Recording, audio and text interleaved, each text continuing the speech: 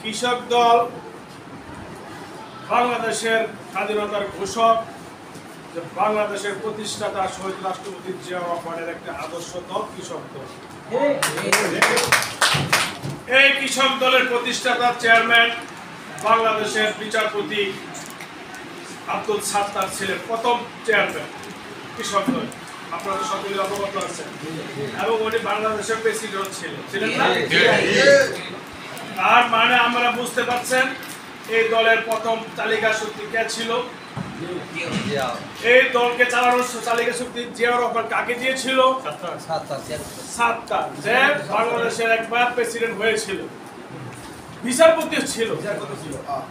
তাই এই দলকে ছোট করা দেখার কোনো সুযোগ নাই, কারণ এই দলের থেকে অনেকেই মহাসচিব হয়েছে।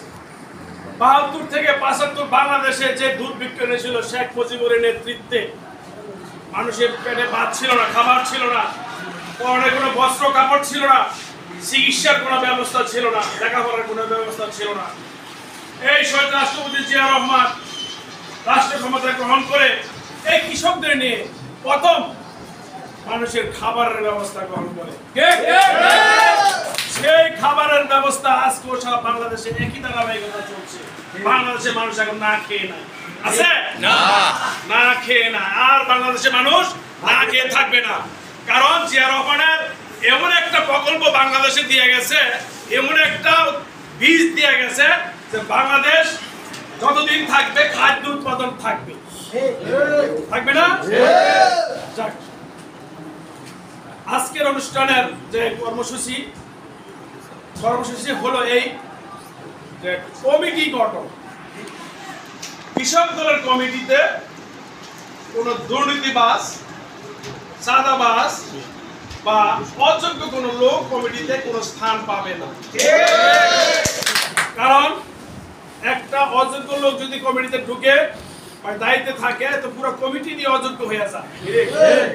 অতএব আমি সবসময় এই প্রতিটি ইউনিয়নের গিয়ে গিয়ে স্থানীয় নেতৃবৃন্দের সাথে আলোচনা, পর্যালোচনা, পরামর্শ করে আমি চলে আসি। তারপরে আমি তাদের ভিতরে আমি নজর রাখি তারা কি অবস্থায় আছে, তাদেরকে দিয়ে কারাতে সম্ভব কি সম্ভব না।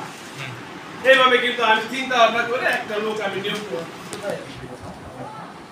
আজকে আমার বন্ধু ঢাকা মহানগর উত্তরের যুগ্ম আহ্বায়ক, ওনার একটা অনুরোধ আমাকে বলছে আজকে আমার উপস্থিতিতে আমার ইউনিয়নের কমিটিটা ঘোষণা দিয়ে যাবে। ইনশাআল্লাহ দিয়ে যাব,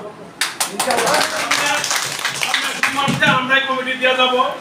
আপনি যে সিলেকশন করেছেন আমি বিশ্বাস করি এই সিলেকশন তারা এই কমিটি করিয়ে ইউনিয়নের যে কমিটি, এই কমিটি একটা ভালো অবস্থানে তারা নিতে পারবে। আর কমিটি হবে আহ্বায়ক কমিটি, যেমন আমরা পরীক্ষা দেই, টেস্ট পরীক্ষা দেই, টেস্ট দেই, ফাইনাল দেই। টেস্ট পরীক্ষামূলক একটা আহ্বায়ক